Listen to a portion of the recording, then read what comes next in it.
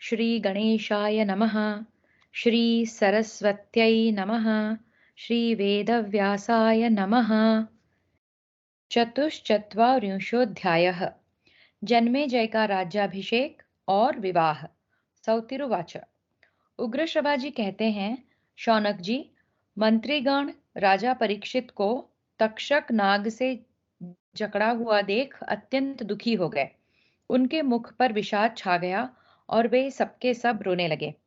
तक्षक की फुंकार भरी गर्जना सुनकर मंत्री लोग भाग चले। उन्होंने देखा, लाल कमल की सी कांति वाला वह अद्भुत नाग आकाश में सिंदूर की तरह रेखा सी खींचता हुआ चला जा रहा है। नागों में श्रेष्ठ तक्षक को इस प्रकार जाते देख वे राजमंत्री अत्यंत शोक में डूब गए। वह राजमहल सर्प के विषजनित अग्नि से आवृत हो धू धू करके जलने लगा। यह देख उन सब मंत्रियों ने भय से उस स्थान को छोड़कर भिन्न भिन्न दिशाओं की शरण ली तथा राजा परीक्षित वज्र के मारे हुए की भांति धरती पर गिर पड़े। तक्षक की विषाग्नि द्वारा राजा परीक्षित के दग्ध हो जाने पर उनकी समस्त पारलौकिक क्रियाएं करके पवित्र ब्राह्मण राजपुरोहित उन महाराज के मंत्री तथा समस्त पुरवासी मनुष्यों ने मिलकर उन्हीं के पुत्र को, जिसकी अवस्था अभी बहुत छोटी थी, राजा बना दिया। कुरुकुल का वह श्रेष्ठ वीर अपने शत्रुओं का विनाश करने वाला था। लोग उसे राजा जन्मेजय कहते थे। बचपन में ही बचपन में ही नर नृपश्रेष्ठ जन्मेजय की बुद्धि श्रेष्ठ पुरुषों के समान थी। अपने वीर प्रपितामह महाराज युधिष्ठिर की भांति कुरुश्रेष्ठ वीरों के अग्रगण्य जन्मेजय भी उस समय मंत्री और पुरोहितों के साथ धर्मपूर्वक राज्य का पालन करने लगे। राजमंत्रियों ने देखा, राजा जन्मेजय शत्रुओं को दबाने में समर्थ हो गए हैं। तब उन्होंने काशीराज सुवर्णवर्मा के पास जाकर उनकी पत्री वपुष्टमा के लिए याचना की। काशीराज ने धर्म की दृष्टि से भली भांति जांच पड़ताल करके अपनी कन्या वपुष्टमा का विवाह कुरुकुल के श्रेष्ठ वीर जन्मेजय के साथ कर दिया। जन्मेजय ने भी वपुष्टमा को पाकर बड़ी प्रसन्नता का अनुभव किया और दूसरी स्त्रियों की ओर कभी अपने मन को नहीं जाने दिया। राजाओं में श्रेष्ठ महापराक्रमी जन्मेजय ने प्रसन्न चित्त होकर सरोवरों तथा पुष्प शोभित उपवनों में रानी वपुष्टमा के साथ उसी प्रकार विहार किया जैसे पूर्व काल में उर्वशी को पाकर महाराजा पुरुरवा ने किया था। वपुष्टमा पतिव्रता थी। उसका रूप सौंदर्य सर्वत्र विख्यात था। वह राजा के अंतःपुर में सबसे सुंदरी रमणी थी। राजा जन्मेजय को पति रूप में प्राप्त करके वह विहार काल में बड़े अनुराग के साथ उन्हें आनंद प्रदान करती थी।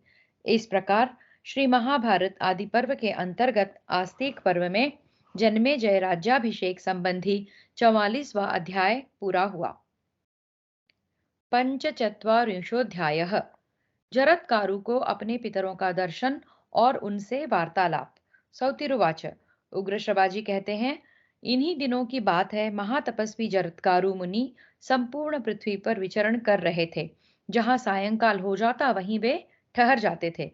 उन महातेजस्वी महर्षि ने ऐसे कठोर नियमों की दीक्षा ले रखी थी जिनका पालन करना दूसरे अजितेंद्रिय पुरुषों के लिए सर्वथा कठिन था। वे पवित्र तीर्थों में स्नान करते करते हुए विचर रहे थे। वे मुनि वायु पीते और निराहार रहते थे, इसलिए दिन पर दिन सूखते चले जाते थे। एक दिन उन्होंने पितरों को देखा जो नीचे मुंह किए एक गड्ढे में लटक रहे थे। उन्होंने खश नामक तिनकों के समूह को पकड़ रखा था, जिसकी जड़ में केवल एक तंतु बच गया था। उस बचे हुए तंतु को भी वहीं बिल में रहने वाला एक चूहा धीरे धीरे खा रहा था। वे पितर निराहार, दीन और दुर्बल हो गए थे और चाहते थे कि कोई हमें इस गड्ढे में गिरने से बचा ले। जरत्कारु उनकी दयनीय दशा देखकर दया से द्रवित हो स्वयं भी दीन हो गए और उन दीन दुखी पितरों के समीप जाकर बोले, आप लोग कौन हैं जो खुश के गुच्छे के सहारे लटक रहे हैं?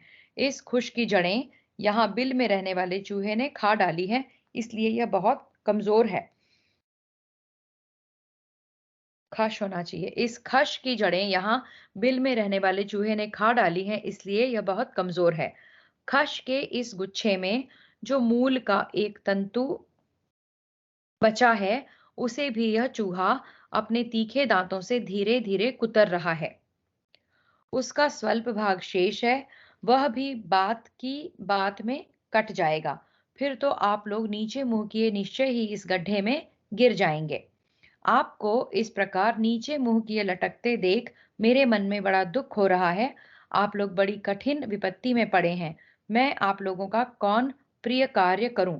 आप लोग मेरी इस तपस्या के चौथे, तीसरे अथवा आधे भाग के द्वारा भी इस विपत्ति से बचाए जा सकें तो शीघ्र बतलावें, अथवा मेरी सारी तपस्या के द्वारा भी यदि आप सभी लोग यहाँ इस संकट से पार हो सकें तो भले ही ऐसा कर लें। पितर ऊचुहु।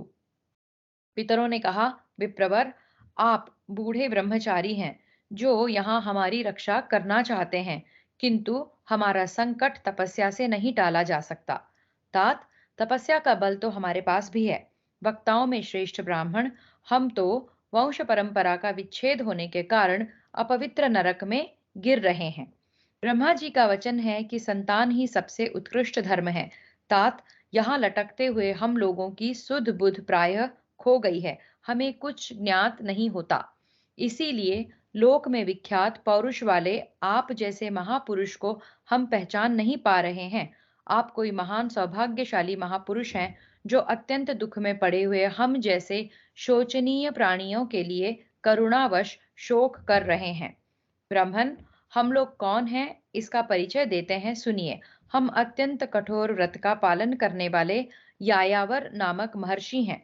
मुने, वंश परंपरा का क्षय होने के कारण हमें पुण्य लोक से भ्रष्ट होना पड़ा है।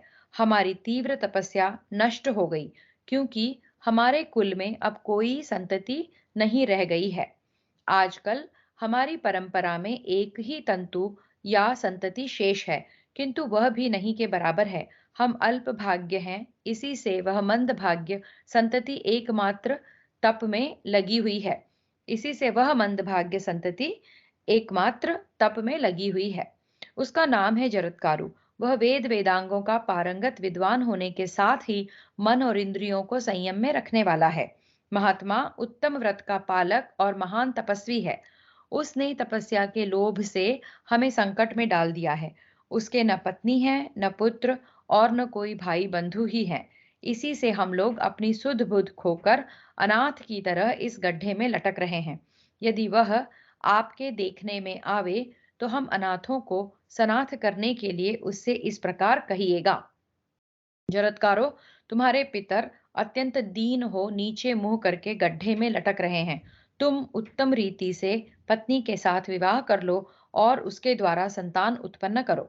तपोधन, तुम ही अपने पूर्वजों के कुल में एकमात्र तंतु बच रहे हो। ब्राह्मण, आप जो हमें खश के गुच्छे का सहारा लेकर लटकते देख रहे हैं, यह खश का गुच्छा नहीं है, हमारे कुल का आश्रय है, जो अपने कुल को बढ़ाने वाला है। विप्रवर, इस खश की जो कटी हुई जड़ें यहाँ आपकी दृष्टि में आ रही हैं, ये ही हमारे वंश के वे तंतु यानी कि संतान हैं जिन्हें काल रूपी चूहे ने खा लिया है। ब्राह्मण, आप जो इस खश की यह अधकटी जड़ देखते हैं, जिसके सहारे हम गड्ढे में लटक रहे हैं, यह वही एकमात्र संतान जरत्कारु है जो तपस्या में लगा है। और ब्राह्मण देवता जिसे आप चूहे के रूप में देख रहे हैं, यह महाबली काल है। वह उस तपस्वी एवं मूढ़ जरत्कारु को, जो तप को भी लाभ मानने वाला मंदात्मा, अदूरदर्शी और अचेत यानी कि जड़ हो रहा है, धीरे धीरे पीड़ा देते हुए दांतों से काट रहा है। साधु शिरोमणे, उस जरत्कारु की तपस्या हमें इस संकट से नहीं उबारेगी। देखिए, हमारी जड़ें कट गई हैं। काल ने हमारी चेतना शक्ति नष्ट कर दी है और हम अपने स्थान से भ्रष्ट होकर नीचे इस गड्ढे में गिर रहे हैं। जैसे पापियों की दुर्गति होती है, वैसे ही हमारी होती है। हम समस्त बंधु बांधवों के साथ जब इस गड्ढे में गिर जाएंगे, तब वह जरत्कारु भी काल का ग्रास बनकर अवश्य इसी नरक में आ गिरेगा। तात, तपस्या, यज्ञ अथवा अन्य जो महान एवं पवित्र साधन हैं, वे सब संतान के समान नहीं नहीं हैं। तात आप तपस्या के धनी जान पड़ते हैं। आपको तपस्वी जरत्कारु मिल जाए तो उससे हमारा संदेश कहिएगा और आपने यहाँ जो कुछ देखा है वह सब उसे बता दीजिएगा। ब्राह्मण, हमें सनाथ बनाने की दृष्टि से आप जरत्कारु के साथ इस प्रकार वार्तालाप कीजिएगा जिससे वह पत्नी संग्रह करे और उसके द्वारा पुत्रों को जन्म दे। तात जरत्कारु के बांधव जो हम लोग हैं, हमारे लिए अपने कुल की भांति अपने भाई बंधु के समान आप सोच रहे हैं। अतः साधु शिरोमणे, बताइए आप कौन हैं? हम सब लोगों में से आप किसके क्या लगते हैं जो यहाँ खड़े हुए हैं? हम आपका परिचय सुनना चाहते हैं। इस प्रकार श्री महाभारत आदि पर्व के अंतर्गत आस्तिक पर्व में जरत्कारु के पितृ दर्शन विषयक 45वां अध्याय पूरा हुआ। षट्चत्वारिंशोऽध्यायः। जरत्कारु का शर्त के साथ विवाह के लिए उद्युत होना और नागराज वासुकी का जरत्कारु नाम की कन्या को लेकर आना। सौतिरुवाच। उग्रश्रवाजी कहते हैं, शौनक जी, यह सुनकर जरत्कारु अत्यंत शोक में मग्न हो गए और दुख से आंसू बहाते हुए गदगद वाणी में अपने पितरों से बोले। जरत्कारु वाच। जरत्कारु ने कहा, आप मेरे ही पूर्वज, पिता और पितामह आदि हैं। अतः बताइए, आपका प्रिय करने के लिए मुझे क्या करना चाहिए? मैं ही आप लोगों का पुत्र पापी जरत्कारु हूँ। आप मुझ अकृतात्मा पापी को इच्छानुसार दंड दें। पितर ऊचुहु। पितर बोले, पुत्र, बड़े सौभाग्य की बात है जो तुम अकस्मात इस स्थान पर आ गए। ब्राह्मण, तुमने अब तक विवाह क्यों नहीं किया? जरत्कारुरुवाच। जरत्कारु ने कहा, पितृगण, मेरे हृदय में यह बात निरंतर घूमती रहती थी कि मैं ऊर्ध्वरेता अखंड ब्रह्मचर्य का पालक होकर इस शरीर को परलोक यानी कि पुष्यधाम में पहुंचाऊं।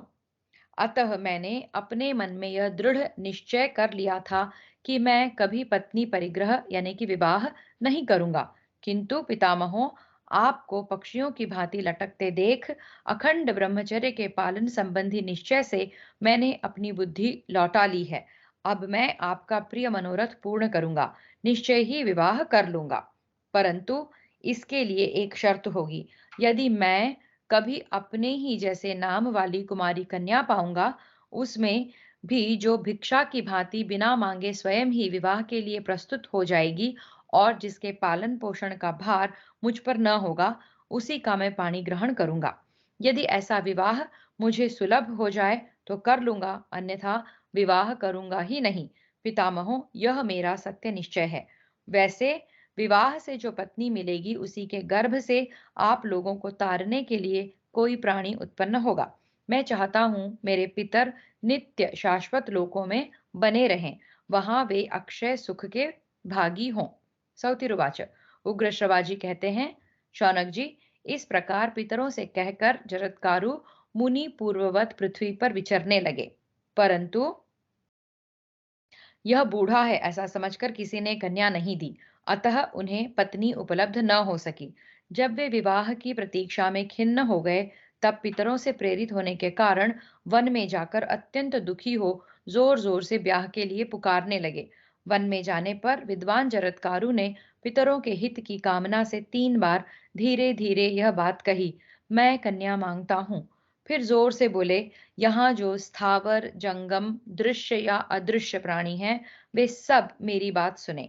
मेरे पितर भयंकर कष्ट में पड़े हैं और दुख से आतुर हो संतान प्राप्ति की इच्छा रखकर मुझे प्रेरित कर रहे हैं कि तुम विवाह कर लो। अतः विवाह के लिए मैं सारी पृथ्वी पर घूमकर कन्या की भिक्षा चाहता हूँ। यद्यपि मैं दरिद्र हूँ और सुविधाओं के अभाव में दुखी हूँ, तो भी पितरों की आज्ञा से विवाह के लिए उद्युत हूँ।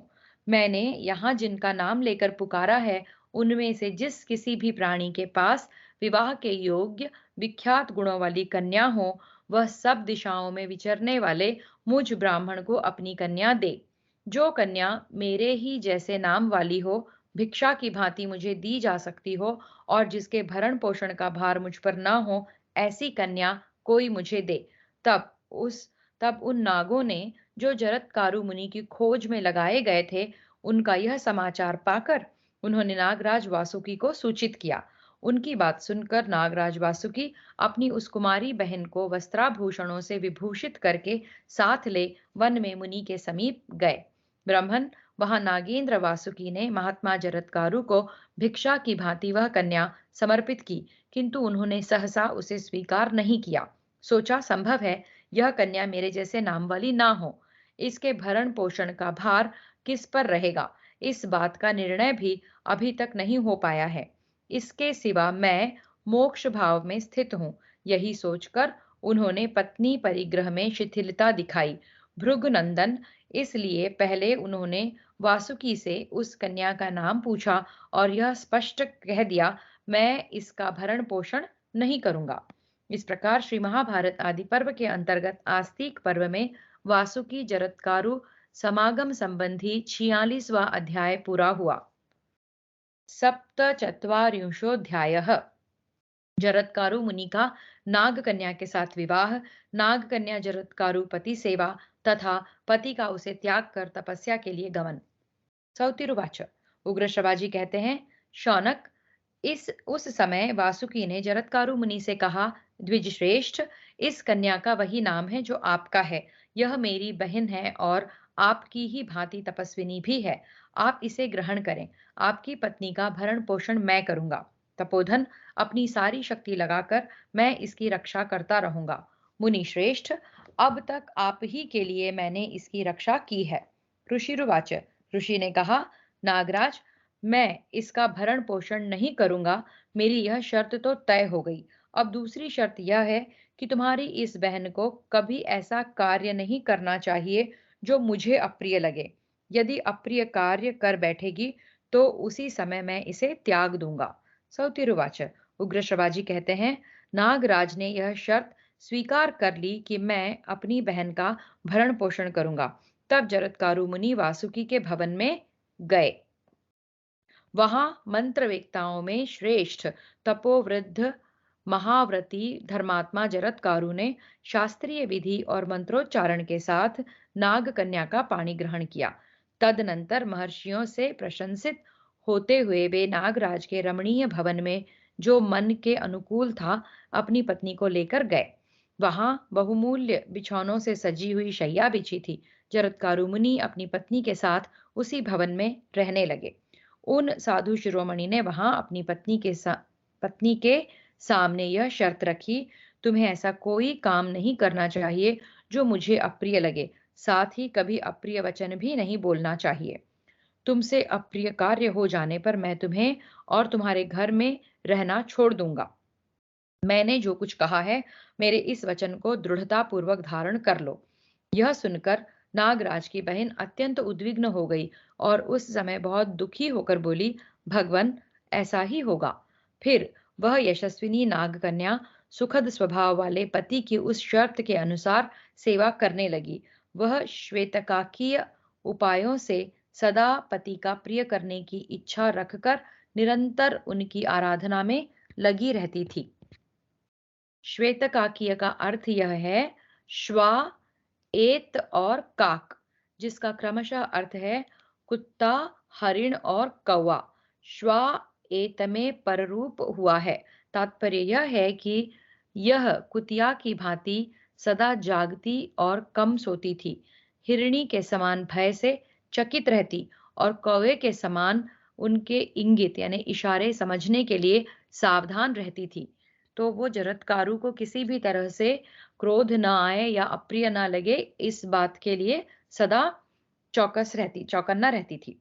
तदनंतर किसी समय ऋतुकाल आने पर वासुकी की बहन स्नान करके न्याय पूर्वक अपने पति महामुनि जरत्कारु की सेवा में उपस्थित हुई। वहां उसे गर्भ रह गया, जो प्रज्वलित अग्नि के समान अत्यंत तेजस्वी तथा तप शक्ति से संपन्न था। उसकी अंग कांति अग्नि के तुल्य थी। जैसे शुक्ल पक्ष में चंद्रमा बढ़ते हैं, उसी प्रकार वह गर्भ भी नित्य परिपुष्ट होने लगा। तत्पश्चात कुछ दिनों के बाद महातपस्वी जरत्कारु कुछ खिन्न से होकर अपनी पत्नी की गोद में सिर रखकर सो गए। उन विप्रवर जरत्कारु के सोते समय ही सूर्य अस्ताचल को जाने लगे। ब्रह्मन, दिन समाप्त होने ही वाला था। अतः वासुकी की मनस्विनी बहन जरत्कारु अपने पति के धर्मलोप से भयभीत हो उस समय इस प्रकार सोचने लगी, इस समय पति को जगाना मेरे लिए अच्छा धर्मानुकूल होगा या नहीं। मेरे धर्मात्मा पति का स्वभाव बड़ा दुखद है। मैं कैसा बर्ताव करूं जिससे उनकी दृष्टि में अपराधिनी न बनूं। यदि इन्हें जगाऊंगी तो निश्चय ही इन्हें मुझ पर क्रोध होगा, और यदि सोते सोते संध्योपासना का समय बीत गया तो अवश्य इनके धर्म का लोप हो जाएगा। ऐसी दशा में धर्मात्मा पति का कोप स्वीकार करूं या उनके धर्म का लोप, इन दोनों में धर्म का लोप ही भारी जान पड़ता है। अतः जिससे इनके धर्म का लोप न हो वही कार्य करने का उसने निश्चय किया। मन ही मन ऐसा निश्चय करके मीठे वचन बोलने वाली नाग कन्या जरत्कारु ने वहां सोते हुए अग्नि के समान तेजस्वी एवं तीव्र तपस्वी महर्षि से मधुर वाणी में यों कहा, महाभाग उठिए, सूर्य देव अस्ताचल को जा रहे हैं। भगवान आप संयम पूर्वक आचमन करके संध्योपासन कीजिए। अब अग्निहोत्र की बेला हो रही है। यह मुहूर्त धर्म का साधन होने के कारण अत्यंत रमणीय जान पड़ता है। इसमें भूत आदि प्राणी विचरते हैं, अतः भयंकर भी है। प्रभो, पश्चिम दिशा में संध्या प्रकट हो रही है, उधर का आकाश लाल हो रहा है। नाग कन्या के ऐसे कहने पर महातपस्वी भगवान जरत्कारु जाग उठे। उस समय क्रोध के मारे उनके होठ कांपने लगे।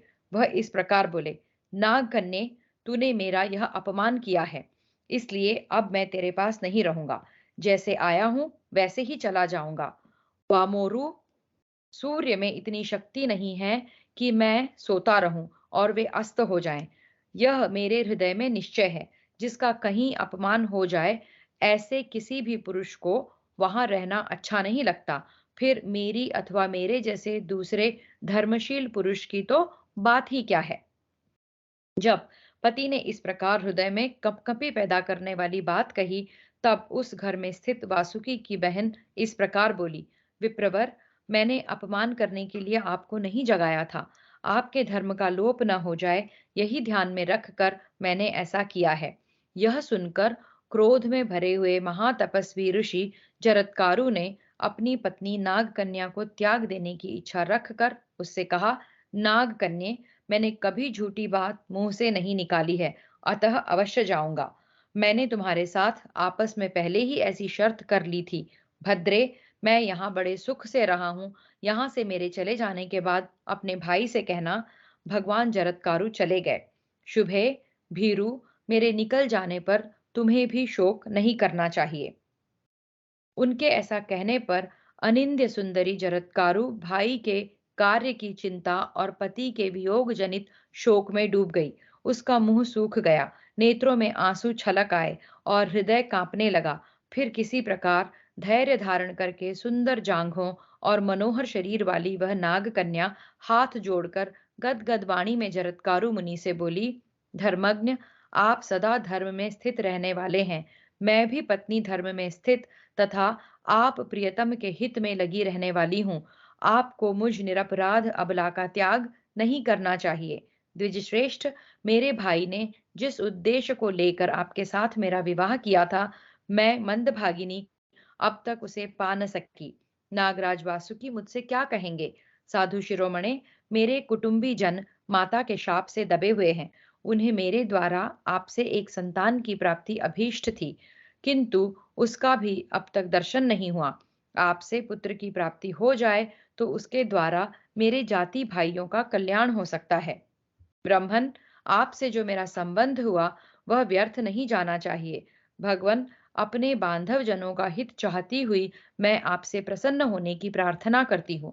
महाभाग, आपने जो गर्भ स्थापित किया है उसका स्वरूप या लक्षण अभी प्रकट नहीं हुआ।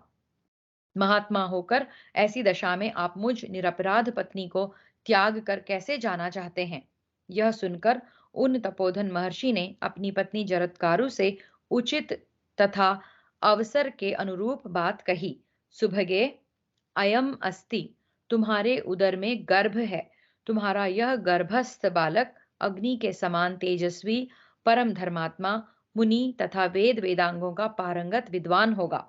ऐसा कहकर धर्मात्मा महामुनि जरत्कारु जिन्होंने जाने का दृढ़ निश्चय कर लिया था, फिर कठोर तपस्या के लिए वन में चले गए। इस प्रकार श्री महाभारत आदि पर्व के अंतर्गत आस्तिक पर्व में जरत्कारु का तपस्या के लिए निष्क्रमण विषयक 47वां अध्याय पूरा हुआ। अष्टचत्वारिंशोऽध्यायः। वासुकी नाग की चिंता, बहन द्वारा उसका निवारण तथा आस्तिक का जन्म एवं विद्याध्ययन। सौतिरुवाच। उग्र श्रवाजी कहते हैं, तपोधन शौनक, पति के निकलते ही नाग कन्या जरत्कारु ने अपने भाई वासुकी के पास जाकर उनके चले जाने का सब हाल ज्यों का त्यों सुना दिया। यह अत्यंत अप्रिय समाचार सुनकर सर्पों में श्रेष्ठ वासुकी स्वयं भी बहुत दुखी हो गए और दुख में पड़ी हुई अपनी बहन से बोले। वासुकीरुवाच। वासुकी ने कहा, भद्रे, सर्पों का जो महान कार्य है और मुनि के साथ तुम्हारा विवाह होने में जो उद्देश्य रहा है, उसे तो तुम जानती ही हो। यदि उनके द्वारा तुम्हारे गर्भ से कोई पुत्र उत्पन्न हो जाता तो उससे सर्पों का बहुत बड़ा हित होता। वह शक्तिशाली मुनि कुमार ही हम लोगों को जन्मेजय के सर्प यज्ञ में जलने से बचाएगा। यह बात पहले देवताओं के साथ भगवान ब्रह्मा जी ने कही थी। सुभगे, क्या उन मुनि श्रेष्ठ से तुम्हें गर्भ रह गया है? तुम्हारे साथ उन मुनीषी महात्मा का विवाह कर्म निष्फल हो, यह मैं नहीं चाहता। मैं तुम्हारा भाई हूँ। ऐसे कार्य पुत्रोत्पत्ति के विषय में तुमसे कुछ पूछना मेरे लिए उचित नहीं है, किंतु कार्य के गौरव का विचार करके मैंने तुम्हें इस विषय में सब बातें बताने के लिए प्रेरित किया है। तुम्हारे महातपस्वी पति को जाने से रोकना किसी के लिए भी अत्यंत कठिन है। यह जानकर मैं उन्हें लौटा लाने के लिए उनके पीछे नहीं जा रहा हूँ। लौटने का आग्रह करूं तो कदाचित वे मुझे शाप भी दे सकते हैं। अतः भद्रे, तुम अपने पति की सारी चेष्टा बताओ और मेरे हृदय में दीर्घ काल से जो भयंकर कांटा चुभा हुआ है, उसे निकाल दो। भाई के इस प्रकार पूछने पर तब जरत्कारु अपने संतप्त भ्राता नागराज वासुकी को धीरज बंधाती हुई इस प्रकार बोली। जरत्कारुरुवाच। जरत्कारु ने कहा, भाई, मैंने संतान के लिए उन महातपस्वी महात्मा से पूछा था। मेरे गर्भ के विषय में अस्ति, तुम्हारे गर्भ में पुत्र है, इतना ही कहकर वे चले गए। राजन, उन्होंने पहले कभी विनोद में भी झूठी बात नहीं कही हो, यह मुझे झूठी बात कही हो, यह मुझे स्मरण नहीं है। फिर इस संकट के समय तो वे झूठ बोलेंगे ही क्यों? भैया, मेरे पति तपस्या के धनी हैं। उन्होंने जाते समय मुझसे यह कहा, नाग कन्ये, तुम अपनी कार्य सिद्धि के संबंध में कोई चिंता न करना। तुम्हारे गर्भ से अग्नि और सूर्य के समान तेजस्वी पुत्र उत्पन्न होगा। इतना कहकर वे तपोवन में चले गए। अतः भैया, तुम्हारे मन में जो महान दुख है, वह दूर हो जाना चाहिए। सौतिरुवाच। उग्र श्रवाजी कहते हैं, शौनक, यह सुनकर नागराज वासुकी बड़ी प्रसन्नता से बोले, एवं अस्तु, ऐसा ही हो। इस प्रकार उन्होंने बहन की बात को विश्वास पूर्वक ग्रहण किया। सर्पों में श्रेष्ठ वासुकी अपनी सहोदरा बहन को सांत्वना, सम्मान तथा धन देकर एवं सुंदर रूप से उसका स्वागत सत्कार करके उसकी समाराधना करने लगे। द्विज श्रेष्ठ, जैसे शुक्ल पक्ष में आकाश में उदित होने वाला चंद्रमा प्रतिदिन बढ़ता है, उसी प्रकार जरत्कारु का वह महातेजस्वी और परम कांतिमान गर्भ बढ़ने लगा। ब्राह्मण, तदनंतर समय आने पर वासुकी की बहन ने एक दिव्य कुमार को जन्म दिया, जो देवताओं के बालक सा तेजस्वी जान पड़ता था।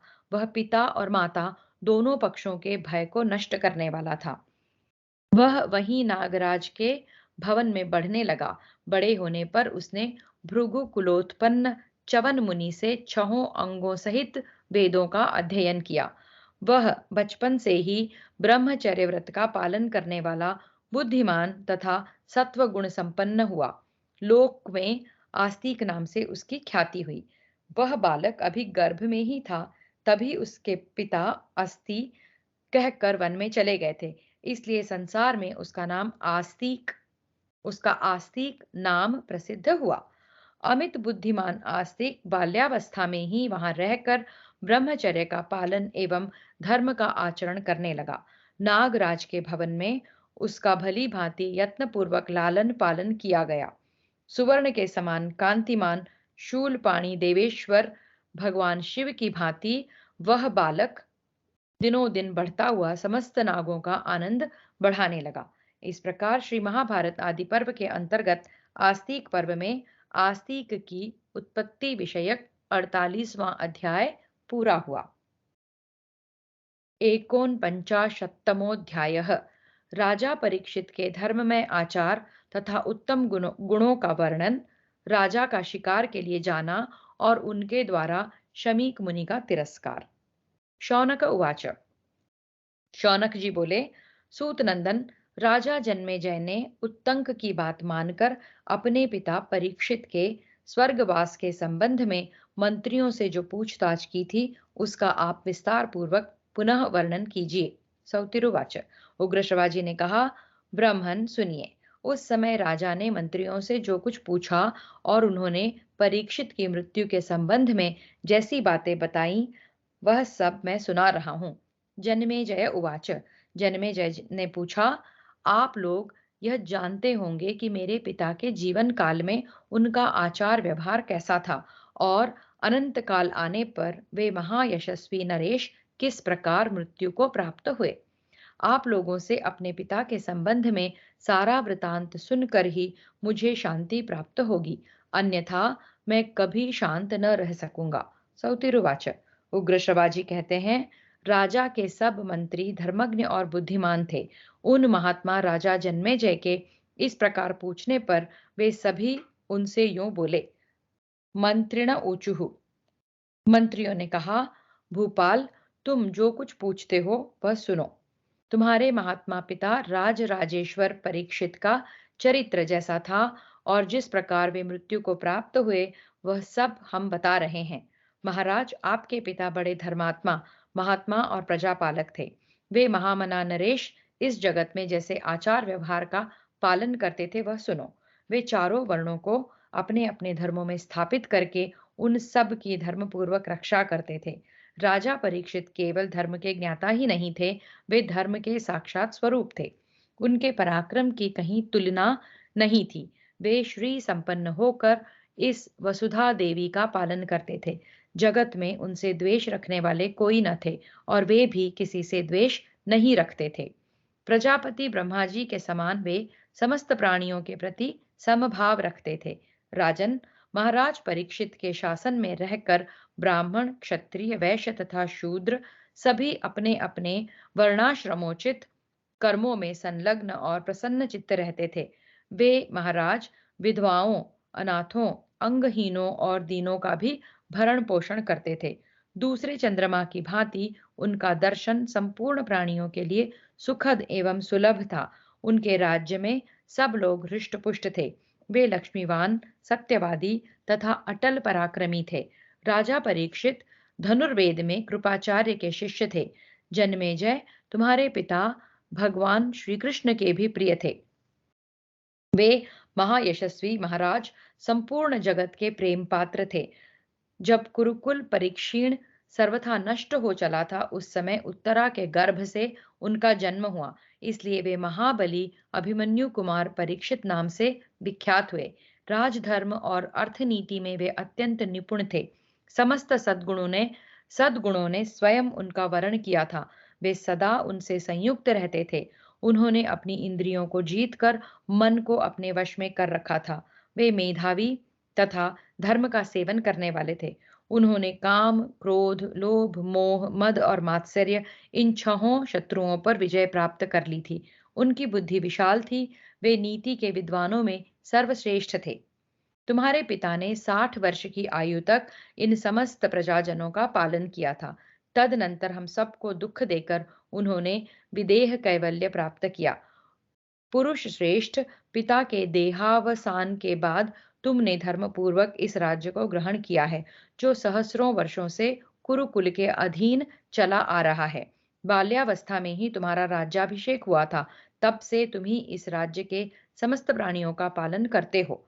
जन्मेजय उवाच। जन्मेजय ने पूछा, मंत्रियों, हमारे इस कुल में को कभी कोई ऐसा राजा नहीं हुआ जो प्रजा का प्रिय करने वाला तथा सब लोगों का प्रेम पात्र न रहा हो। विशेषतः महापुरुषों के आचार में प्रवृत्त रहने वाले हमारे प्रपितामह पांडवों के सदाचार को देखकर प्रायः सभी धर्मपरायण ही होंगे। अब मैं यह जानना चाहता हूँ कि मेरे वैसे धर्मात्मा पिता की मृत्यु किस प्रकार हुई। आप लोग मुझसे इसका यथावत वर्णन करें। मैं इस विषय में सब बातें ठीक ठीक सुनना चाहता हूँ। सौतिरुवाच। उग्र श्रवाजी कहते हैं, शौनक, राजा जन्मेजय के इस प्रकार पूछने पर उन मंत्रियों ने महाराज से सब वृत्तांत ठीक ठीक बताया, क्योंकि वे सभी राजा का प्रिय चाहने वाले और हितैषी थे। मंत्रिण ऊचुः। मंत्री बोले, राजन, समस्त शस्त्रधारियों में श्रेष्ठ तुम्हारे पिता भूपाल परीक्षित का सदा महाबाहु पांडु की भांति हिंसक पशुओं को मारने का स्वभाव था, और युद्ध में वे उन्हीं की भांति संपूर्ण धनुर्धर वीरों में श्रेष्ठ सिद्ध होते थे। एक दिन की बात है, वे संपूर्ण राज कार्य का भार हम लोगों पर रखकर वन में शिकार खेलने के लिए गए। वहां उन्होंने पंख युक्त बाण से एक हिंसक पशु को बींध डाला। बींध कर तुरंत ही गहन वन में उसका पीछा किया। वे तलवार बांधे पैदल ही चल रहे थे। उस उनके पास बाणों से भरा हुआ विशाल तुणीर था। वह घायल पशु उस घने वन में कहीं छिप गया।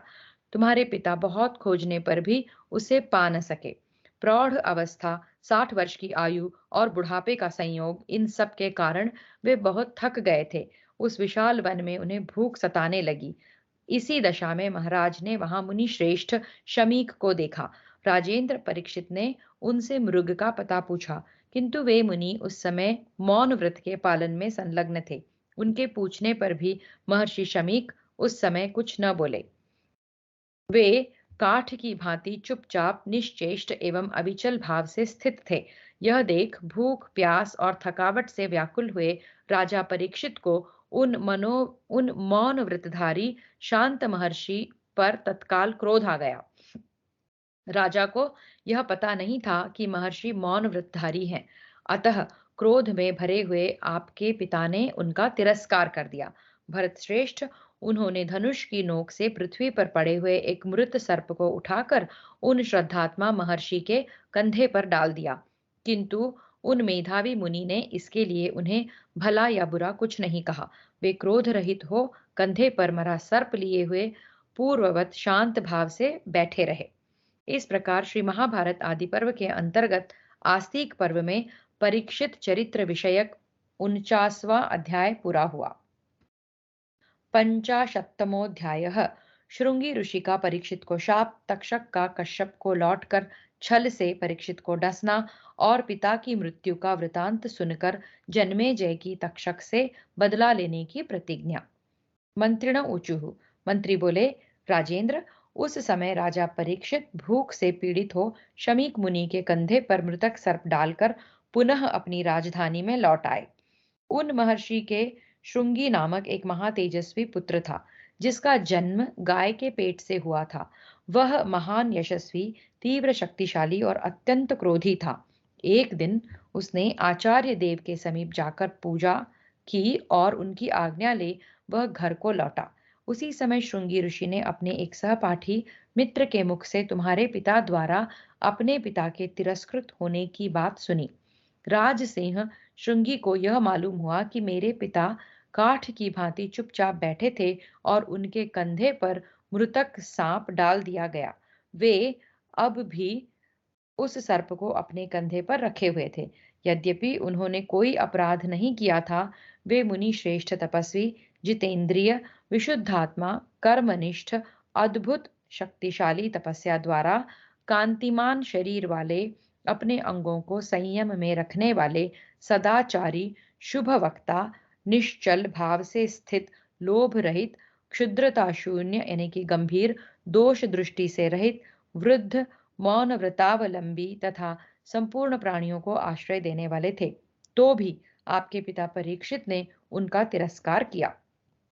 यह सब जानकर वह बाल्यावस्था में भी वृद्धों का सा तेज धारण करने वाला महातेजस्वी ऋषि कुमार क्रोध से आग बबूला हो उठा और उसने तुम्हारे पिता को शाप दे दिया। श्रृंगी तेज से प्रज्वलित सा हो रहा था।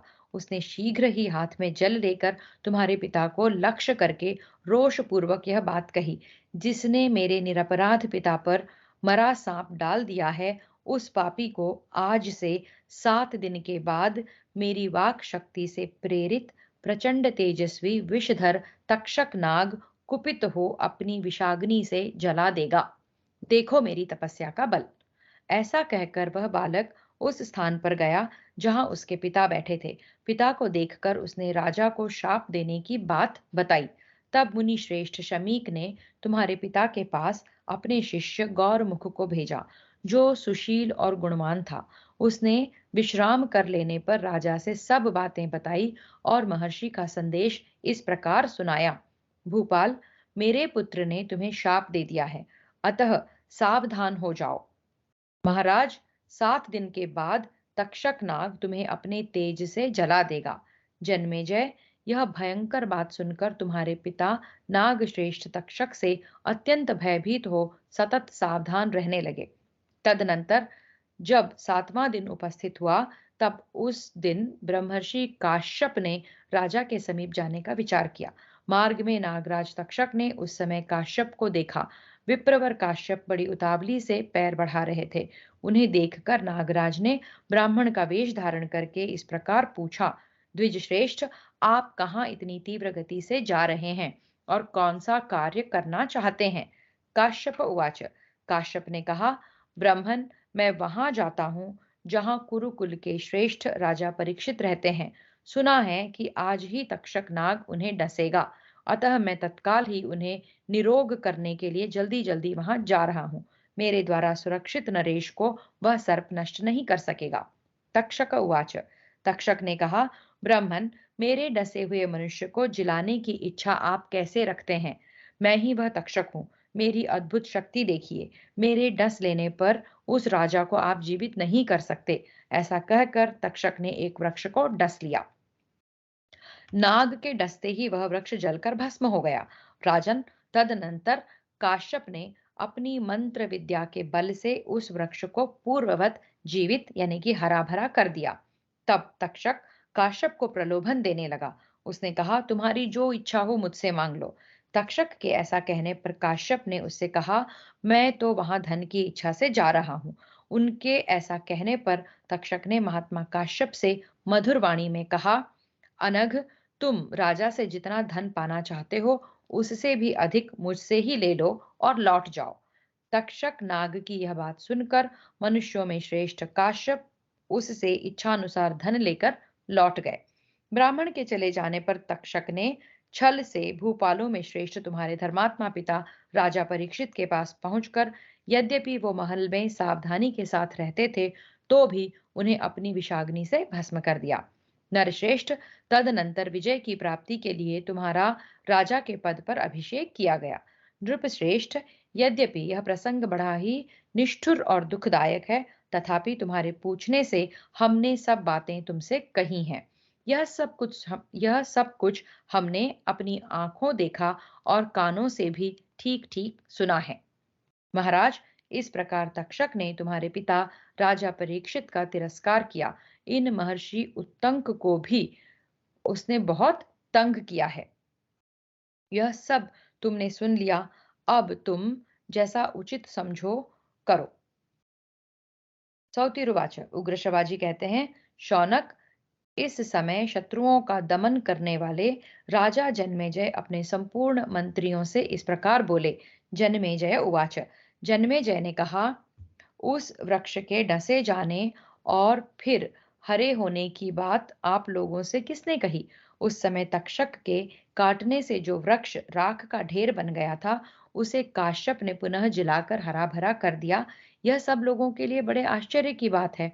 यदि काश्यप के आ जाने से उनके मंत्रों द्वारा तक्षक का विष नष्ट कर दिया जाता, तो निश्चय ही मेरे पिताजी बच जाते।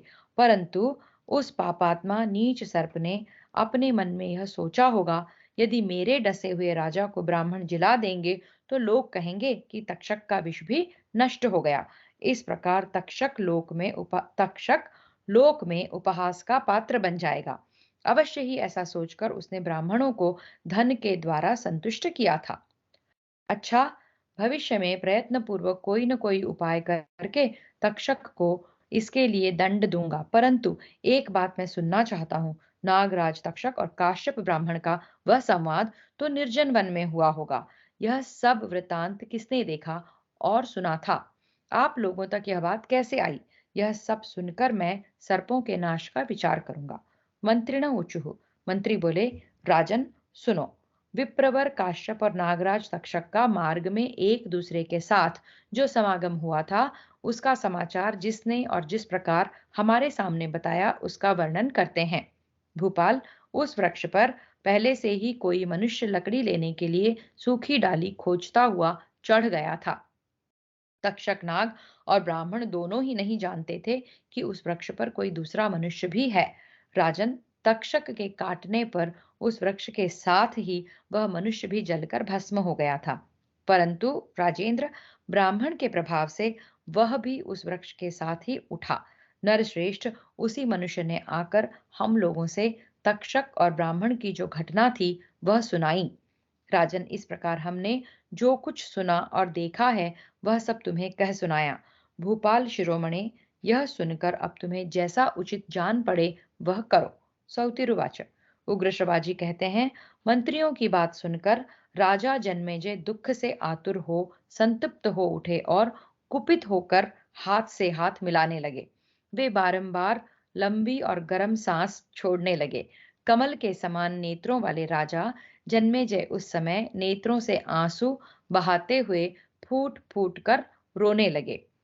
राजा ने 2 घड़ी तक ध्यान करके मन ही मन कुछ निश्चय किया। फिर दुख, शोक और अमर्ष में डूबे हुए नरेश न थमने वाले आंसुओं की अविच्छिन्न धारा बहाते हुए विधि पूर्वक जल का स्पर्श करके संपूर्ण मंत्रियों से इस प्रकार बोले। जन्मेजय उवाच, जन्मेजय ने कहा, मंत्रियों, मेरे पिता के स्वर्ग लोक गमन के विषय में आप लोगों का यह वचन सुनकर मैंने अपनी बुद्धि द्वारा जो कर्तव्य निश्चित किया है उसे आप सुन लें। मेरा विचार है, उस दुरात्मा तक्षक से तुरंत बदला लेना चाहिए, जिसने श्रृंगी ऋषि को निमित्त मात्र बनाकर स्वयं ही मेरे पिता महाराज को अपनी विषाग्नि से दग्ध करके मारा है। उसकी सबसे बड़ी दुष्टता यह है कि उसने काश्यप को लौटा दिया। यदि वे ब्राह्मण देवता आ जाते तो मेरे पिता निश्चय ही जीवित हो सकते थे।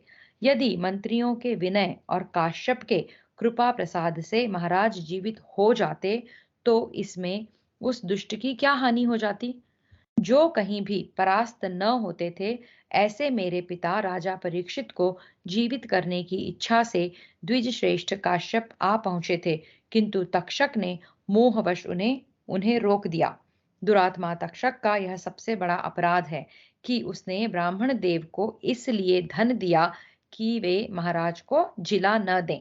इसलिए मैं महर्षि उत्तंक का अपना तथा आप सब लोगों का अत्यंत प्रिय करने के लिए पिता के वैर का अवश्य बदला लूंगा। इस प्रकार श्री महाभारत आदि पर्व के अंतर्गत आस्तिक पर्व में जन्मे जय और मंत्रियों का संवाद विषयक 50वां अध्याय पूरा हुआ। हरि ओम।